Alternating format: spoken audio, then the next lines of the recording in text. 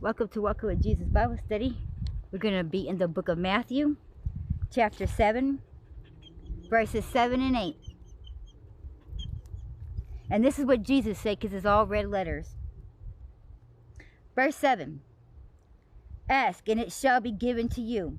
Seek, and ye shall find. Knock, and it shall be opened up to you. Verse 8. For everyone that asketh receiveth, and he that seeketh findeth, and to him that knocketh it shall be opened. And I'm going to repeat those. Verse 7. Ask, and it shall be given you. Seek, and ye shall find. Knock, and it shall be opened unto you. Verse 8. For everyone that asketh receiveth, and he that seeketh findeth, and to him that knocketh it shall be opened. Here Jesus promises, seek and ye shall find. But Paul says in Romans 3:11 that there is no one who truly seeks after God. How can we recoil these two ideas? The answer is that natural man never seeks God, but that those with a new nature from the new birth, those both seek and find him. But in another sense, we rather say he sought us than to say we sought him.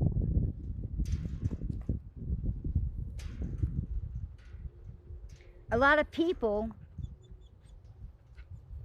don't seek God. They allow the preacher, their pastor, people in Bible study, do their work for them. Jesus clearly says the street, seek me. That's why when I sit here and do these studies, I tell y'all, it is very important to keep your relationship with God. That is your relationship that's going to save you. Not what the preacher has told you. Not what you have learned in Sunday school.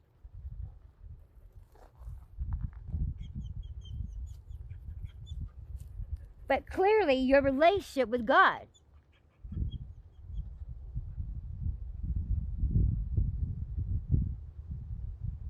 You have to seek him, and you'll find the truth. A lot of people can't determine the truth from what people say on, when they're on these social medias, watching these people, these evangelists, and one says one thing and one says the other thing. And this says that and this says that.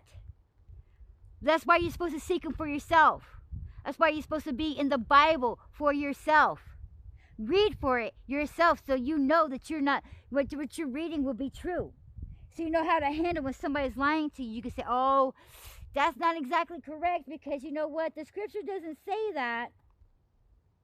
I don't believe that to be true. God would give you the power of discernment, so that you can understand these things. He'll help you to understand the Bible. When you read it, pray. God, show me. Teach me what it is that you need me to know. Help me to understand what you are saying.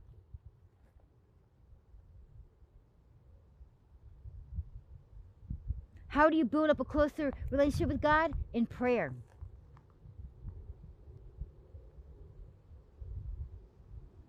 He's like your best friend. You can constantly talk to him. You don't have to just talk to him when you're in need or when you're happy and thanking him. But when you're questioning this or trying to figure out this or about to do this and about to go do that, you should seek him in any and everything. That way you're doing his will and not yours. I pray every day, God, help me to remember that I'm to do your will and not my way. Because I am asking to follow you. I gave my life to you. That means I want to do the things that you need me to do. Not the things that I want. Make sure today that I am doing your will, God. And not doing the things my way. Not doing the things that I so-called think I want. I gave my life to you. I chose to follow you. Therefore, let me remember that. Your will be done, God. I give my life to you.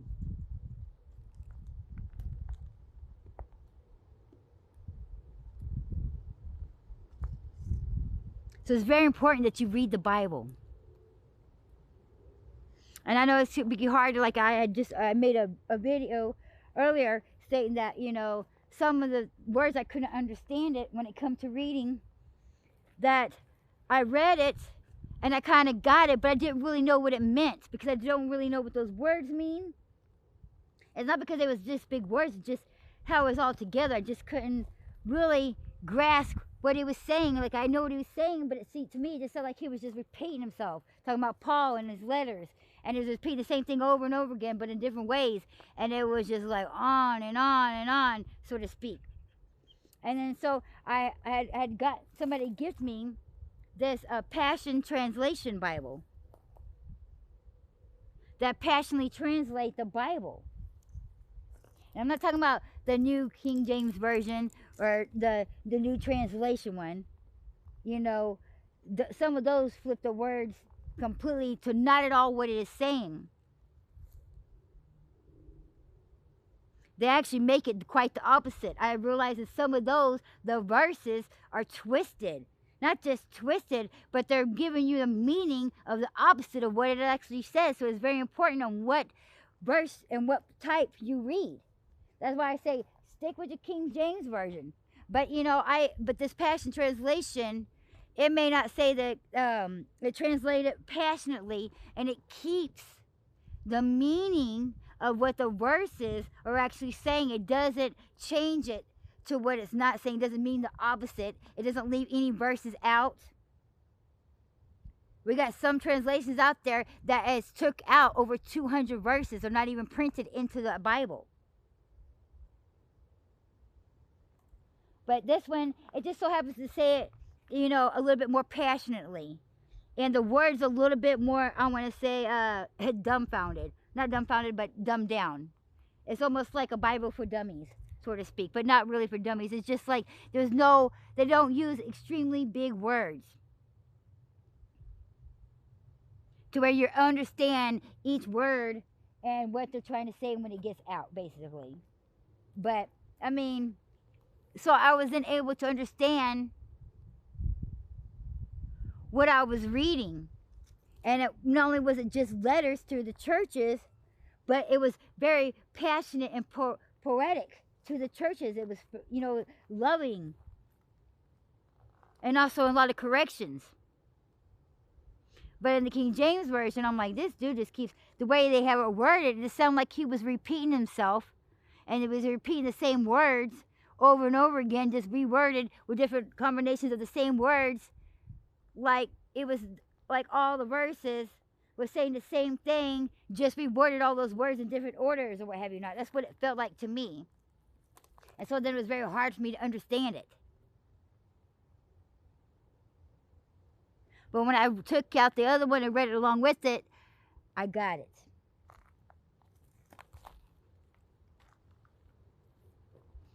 So it is very okay to read some of the versions, but make sure you stick with the original version, so to speak. Not that it's the original, you know, I'm saying the King James Version, but there are certain verses in there, and the way they're worded is very much needed. Here's the thing when it comes to other Bibles, you know, you can't use the exact same words for copy infringement. So they're going to take words out. And they're going to leave things out because if they do so, they can't legally because of the copyright infringement. Some of those Bibles don't even tell you the description of what Jesus looks like. And you will never figure it out because the way they had to reword those verses and reword those words, that in Revelations, a lot of people don't even realize that it still describes what Jesus looks like. So it's very important. And the way they have it reworded in these other translations, you're just lost. Because they're taking it and rewording it that where it's very hard to understand even when you're reading it there, that they're actually describing what Jesus looks like. So that's why it's important to read the King James Version along if you're also going to read another translation. Make sure you read them both together. You don't have to read them together at the same time, but you know what I'm saying. Make sure. Because you want to know what the word actually says. You don't want to be deceived. You don't want to be left out.